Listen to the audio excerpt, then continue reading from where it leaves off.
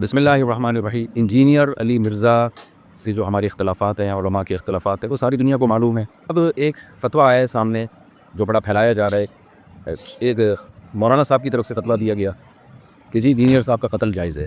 میں اس اپنی دینی ذمہ داری سمجھتا ہوں کہ ہم اس فتوے سے بالکل متفق نہیں ہیں، اور جتنی بھی میری بڑے علماء سے بات ہوئی ہے، جہاں تک میری رسائی تھی، جن سے میری بات چیت ہوئی ہے، وہ کوئی بھی اس فتوے سے متفق نہیں ہے۔ تو لوگ اس فتوے کو علماء کا متفقہ فیصلہ نہ سمجھیں، کیونکہ ہمارے ملک میں پہلے قتل و غارت بہت ہوئی ہے۔ یہ شرعاً کسی کو اجازت نہیں ہے اس کی کہ کسی بھی شخص کو اٹھ کے وہ قتل کر دے۔ انسانی جان کا قتل، چاہے وہ کسی بھی مسلک سے ہو، کسی بھی فرقے سے ہو، کسی بھی مذہب سے ہو، ہم اس کا قتل جائز نہیں سمجھتے۔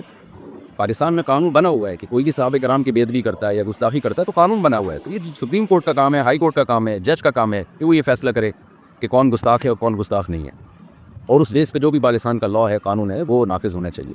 لیکن یہ جو ایک فتویٰ دیا گیا ہے کہ جی اٹھ کے قتل کر دیا جائے، یہ بالکل ٹھیک نہیں ہے۔ میرے ڈیسیوں اختلافات ہیں انجینئر علی مرزا سے، میرے کیا اہل سنت والجماعت کے علماء انجینئر علی مرزا کے عقائد کو درست نہیں سمجھتے، لیکن قتل و غارت کے فتوے دینا، انسانی جان خیر محفوظ ہو جائے ہمارے ملک میں، یہ بالکل جائز نہیں ہے۔ ہم اس کی پرزور مذمت کرتے ہیں، اور اس کو علماء کا فتویٰ نہ سمجھا جائے۔ ایسا نہ ہو کل کوئی سرفرا اٹھے اور کسی انسان کو قتل کر دے، گستاخی کی بیس دے، بے ادبی کی بیس دے، تو یہ بالکل غلط ہے۔ ہم اس کی بھرپور طریقے سے مذمت کرتے ہیں، اور علماء بھی، جہاں تک میری رسائی علماء سے ہوئی ہے، وہ بھی اس عمل کو جائز نہیں سمجھتے۔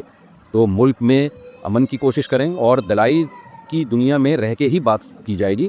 اس سے آگے بڑھنے کی کوشش نہ کریں، قانون اپنے ہاتھ میں لینے کی قطعاً کوشش نہ کریں۔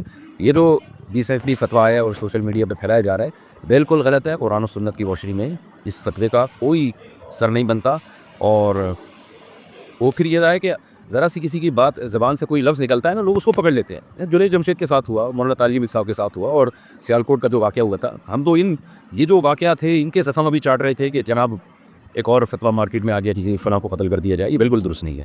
تو خدارا جو مذہبی لوگ ہیں وہ جنون کی حد تک آگے بڑھنے کی کوشش نہ کریں، پاکستان کا، اسلام کا امیج دنیا میں خراب کرنے کی کوشش نہ کریں۔ اس سے ملک میں نقصان ہوگا اور قتل و غارت کا میدان گرم ہوگا۔ تو بالکل غلط ہے۔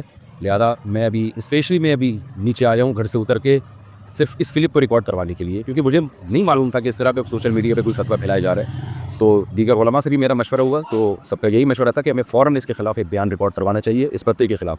یہ علماء کا فیصلہ ہرگز نہیں ہے، نہ قرآن کا ہے، نہ حدیث کا ہے، اور نہ علماء کا فیصلہ ہے۔ اس سے ملک میں فساد پھیلتا ہے، اور اللہ تعالیٰ فساد پھیلانے والوں کو پسند نہیں کرتے۔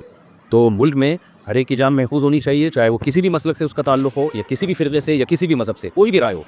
دلائی کی دنیا میں آپ ضرور ڈیبیٹ کریں، دلائی کی دنیا میں آپ ضرور ایک دوسرے کو چیلنج دیں، اور اگر آپ سمجھتے ہیں کہ کسی نے کوئی کام ایسا کیا ہے جو آئین کے خلاف ہے، اسلام کے خلاف ہے، تو لاء کے ذریعے اس میں پنشمنٹ کی کوشش کی جائے، قانون کا سہارا لیا جائے۔ جج فیصلہ کرے گا کہ کیا سزا بنتی ہے یا نہیں بنتی۔